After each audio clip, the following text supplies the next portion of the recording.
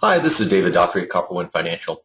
This is one of our Dave's talks where we talk about some current topic that we think is of interest to investors and people looking at the economy.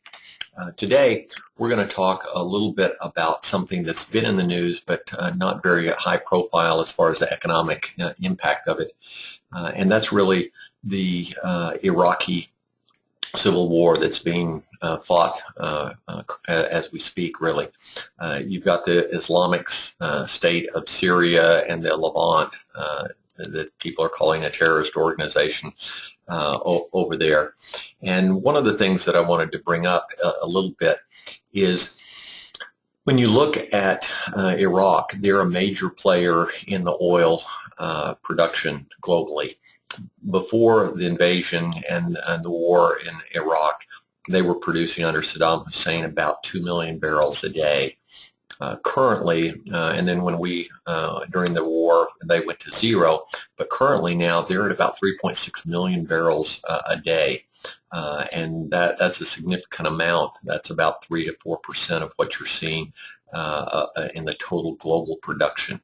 Now, one of the things that I wanted to show you is what's happened here in the U.S. The top producing countries, this is 1960 to 2006. We peaked out, right, this is the U.S., this is the line here, at about nearly 8 or 9 million barrels a day. Back in 1970, that was our peak oil, and it went down, and when oil went up in the early 80s, it went up a little bit, but then a steady decline, and up till 2006, we were down to about 5 million barrels. Now, the Saudis, what you see is they can go up to 10 million barrels, and then they went down dramatically, and they've come back up.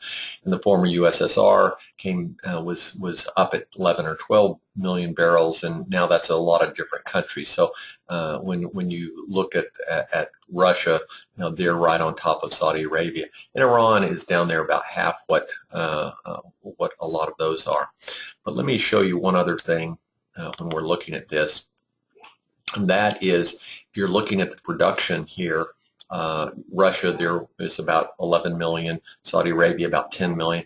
We're now at 8.4 million. If you recall the slide I just showed you, it was showing that we were down at 5 or 6 million. So in the last 6 or 7 years, because of the hydraulic fracturing, that we're being able to get a lot more oil and natural gas out of the ground, we've gone up to about 8.3 million. And you've got Iran, but now you've got Iraq down here, and this shows, this is from, where did I get this? Wikipedia. And it's a little dated, but it's showing about 3.4. They're actually doing about 3.6 million.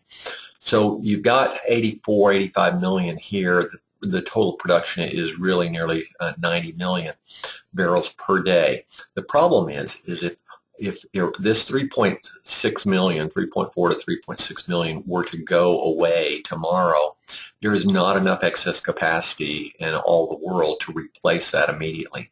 The Saudis probably have 1.5 to 2 million in excess capacity. Everybody else, because oil's at $100 a barrel, are producing as much as they can. So if that were to occur, what our concern is that oil would go to probably 125 to 150 a barrel. And that would probably cause gas prices here in the U.S. to be over $5 a gallon, and would probably cause a global recession.